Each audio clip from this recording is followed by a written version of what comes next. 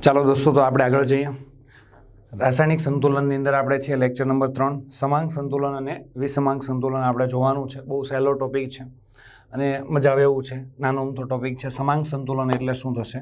સમાંગ સંતુલન એટલે પ્રક્રિયકો અને નિપજો જે છે, પ્રક્રિયકો અને નિપજો એક જ કલામાં હોય. કલા એટલે અવસ્થા. પ્રક્રિયકો અને નિપજો એક જ કલામાં હોય. પ્રક્રિયક જે કલામાં છે, અવસ્થામાં છે, પ્રક્રિયકની અહીંયા અવસ્થા કઈ છે જોજો બરાબર. આપણે સમાંગ સંતુલન અને વિસમાંગ સંતુલન જોઈએ છે. એમાં સૌથી પહેલું જે છે સમાંગ સંતુલનની વાત કરીએ છીએ દોસ્તો. સમાંગ સંતુલન એટલે જેમાં પ્રક્રિયકો અને નિપજો એક જ કલા એટલે અવસ્થા, ઘન અવસ્થા, પ્રવાહી અવસ્થા, વાયુ અવસ્થા, આ અવસ્થા જે છે ખ્યાલ આવે ને. તો આ જે એક જ કલા, તો નાઇટ્રોજનની અવસ્થા કઈ? વાયુ. આની અવસ્થા વાયુ, આની અવસ્થા પણ વાયુ, NH3 આવશે બરાબર. ચાલો, તો વાયુ અવસ્થા પ્રક્રિયકો અને નિપજોની કલા સરખી છે તો એને શું કહીશું? સમાંગ સંતુલન. આ સંતુલનમાં, તો જે સંતુલનમાં બધા જ પ્રક્રિયકો, બધા જ, એકાદો પણ આમ તેમ ન ચાલે, અને બધી જ નિપજો એક જ કલામાં હોય, એક જ કલામાં હોય, તો તેને શું કહીશું આપણે? સમાંગ સંતુલન કહીશું. શું કહીશું આપણે? સમાંગ સંતુલન કહીશું. એક જ કલામાં હોય તો તેને આપણે શું કહીશું? કલા એટલે અવસ્થા. જો અવસ્થા કઈ આવે? લિક્વિડ આવે, એક્વિયસ, સોલિડ અને ગેસ. તો આ વાયુ અવસ્થા થઈ, આ ઘન અવસ્થા થઈ, આ પણ પ્રવાહી ને આ પણ પ્રવાહી.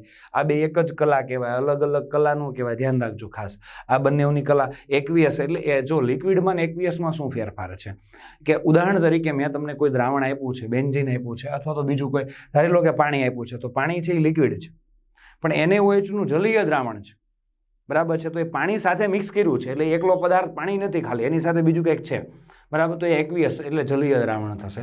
તો એ જલીય દ્રાવણ, તો આ બેની અવસ્થા એક જ કલા, એક જ કહેવાય. ખાસ ધ્યાન રાખજો. એટલે આ એક જ કલામાં છે વાયુ અવસ્થામાં, તો એને સમાંગ સંતુલન કહેવાય. આ એસ્ટર જે છે, CH3COO, ત્યારબાદ CH2CH3, આ એસ્ટર જે છે, આ એક્વિયસ છે એટલે પ્રવાહી અવસ્થા, આ પણ પ્રવાહી અવસ્થા, લિક્વિડ થયું. ત્યારબાદ નિપજ મળે છે કાર્બોક્સિલિક એસિડ, અને આ જે મળે છે એક્વિયસ જે છે તે ઇથેનોલ. તો આ પણ પ્રવાહી અવસ્થામાં, બધું જ પ્રવાહી અવસ્થામાં છે એટલે સમાંગ સંતુલન કહીશું. ખ્યાલ આવ્યો ને? ચાલો, ત્યારબાદ Fe+3 એક્વિયસ છે. ત્યારબાદ HCN થાયોસાઇનેટ જે છે કે છે આ પણ એક્વિયસ છે. આ બે ભેગું થાય છે તો Fe+3 આમાં એડ થઈ જાય તો FeHCN +3+ છે ચાર્જ આના ઉપર, એક માઇનસ આવે છે એટલે 2+ થઈ જાય છે. જો ખાસ ધ્યાન રાખજો, આ લાલ રંગ મળે છે, ખાસ ધ્યાન રાખજો. આ જે મળે છે એ લાલ, લોહી જેવો લાલ મળે છે. લોહી જેવા લાલ રંગનો હોય છે આ પદાર્થ. કેવો હોય છે? લોહી જેવા લાલ રંગનો હોય છે. ખાસ ધ્યાન રાખજો, આ રંગવિહીન છે અને આ પીળો પદાર્થ છે. આ કેવો છે? પીળો. આ બે ભેગા થાય છે તો લોહી જેવા લાલ રંગનું દ્રાવણ મળે છે. એક્વિયસ, એ પણ પ્રવાહી છે એટલે સમાંગ સંતુલન થશે દોસ્તો. ચાલો, વિસમાંગ સંતુલન. વિસમાંગ સંતુલન એટલે શું થશે? જ્યારે પ્રક્રિયકો અને નિપજો, બધી જ પ્રક્રિયકો અને બધા જ નિપજો જે છે, બધી જ નિપજો એક જ કલામાં નહીં હોય. કોઈ પણ એકાદો અલગ હશે અથવા બીજા 2-3 અલગ હશે. એકાદો અલગ હોય તોય ન ચાલે. એટલે કે તો એ વિસમાંગ સંતુલનમાં લઈ લેવાનું. સમાંગ માટે બધા સરખા હોવા જોઈએ. એકાદો અલગ હોય તો વિસમાંગ સંતુલન કહી દેવાનું છે. પાણી છે, પાણી એ લિક્વિડમાંથી ગેસ બને છે. લિક્વિડમાંથી શું બને છે? ગેસ. એટલે કે પાણી બંધ પાત્ર છે તમારી પાસે, આ બંધ પાત્ર છે, આ બંધ પાત્ર છે, આની અંદર પાણી ભરેલું છે, આ પાણી ભરેલું છે. આ પાણીની અવસ્થા અત્યારે કઈ છે? લિક્વિડ છે. પાણીની અવસ્થા કઈ છે? લિક્વિડ છે. અને અહીંયા H2O જે છે એ ગેસ છે. H2O કેવું છે? ગેસ છે. આ તમે જોઈ શકો છો, H2O ગેસ છે. એટલે કે આમાંથી આ બે વચ્ચે જે સંતુલન છે, પ્રવાહી લિક્વિડ અને H2O, એટલે કે પ્રવાહી પાણી અને વાયુ જે છે એમની વચ્ચે જે સંતુલન સ્થપાયેલું છે, એમની વચ્ચે શું સ્થપાયેલું? સંતુલન સ્થપાયેલું છે. તો આ વિસમાંગ સંતુલન કહેવાય. કેમ કે એક જે છે પ્રક્રિયક જે છે એ પ્રવાહી અવસ્થામાં છે, આ વાયુ અવસ્થામાં છે, તો અહીંયા ગેસ આવશે. તો આ જે છે વિસમાંગ સંતુલન થશે.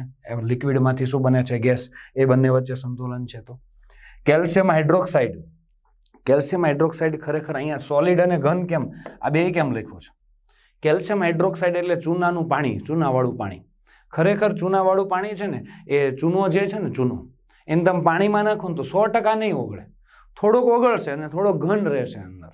એટલા માટે 100% નથી ઓગળતો, એ અલ્પદ્રાવ્ય છે, 100% ઓગળતો નથી ચૂનો. આપણે કેમ પાણીમાં મીઠું નાખીએ તો બધું જ ઓગળી જાય મીઠું, એની જેમ આ ચૂનો બધો જ નહીં ઓગળે, એ થોડોક ઓગળશે એટલે એનું એકવીસ જલીય દ્રાવણ બનાવશે અને બાકીનું ઓગળ્યા વગરનો રહેશે. એટલા માટે સોલિડ અને એકવીસ બંને અવસ્થા લખ્યું છે કેલ્શિયમ હાઇડ્રોક્સાઇડમાં. એનું વિઘટન થાય છે, બરાબર છે. અને જો તમે ગરમ કરો છો તો કેલ્શિયમ +2 અને 2OH- 100% જો ઓગાળો હોય તો ઓગાળી નાખો તો આ એકવીસ બની જાય છે, અને પાણીમાં નાખો છો તો, બરાબર છે. તો આ અવસ્થા કઈ થઈ? એકવીસ પ્રવાહી. આ પણ પ્રવાહી. અહીંયા પાણી છે, જો એમાં પાણી નાખ્યું તો પાણી પ્રવાહી થયું, અને આ જે સોલિડ હતો તે, બરાબર છે, તો સોલિડ. તો આ બધું સંતુલન જે સમાંગ સંતુલન છે નહીં, વિસમાંગ, કેમ કે એક અવસ્થા સોલિડ છે એટલે વિસમાંગ સંતુલન કહેવાય. કેલ્શિયમ કાર્બોનેટ છે એ ઘન અવસ્થામાં હોય છે, એને ગરમ કરીએ છીએ તો એમાંથી CO2 દૂર થાય, આ વાયુ અવસ્થામાં, આ ઘન અને આ ઘન છે એટલે વિસમાંગ સંતુલન છે.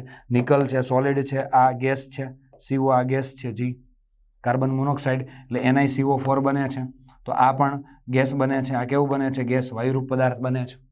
ખ્યાલ આવ્યો કે નહીં? તો આ અહીંયા સોલિડ છે, અહીંયા ગેસ છે, અહીંયા ગેસ છે, એટલે આને શું કહીશું આપણે દોસ્તો? વિસમાંગ સંતુલન. તો આ સમાંગ સંતુલન અને વિસમાંગ સંતુલનમાંથી રેર કેસમાં ઘણી વખત MCQ પૂછાય. એટલા બધા નથી પૂછાતા, પણ પૂછાય તો આપણા માટે બહુ સહેલું થઈ જાય તેવું છે, એટલે બધા ટોપિક કરવાના રહેશે દોસ્તો. આ રીતે વ્યવસ્થિત મસ્ત પ્રેક્ટિસ કરજો. Thank you.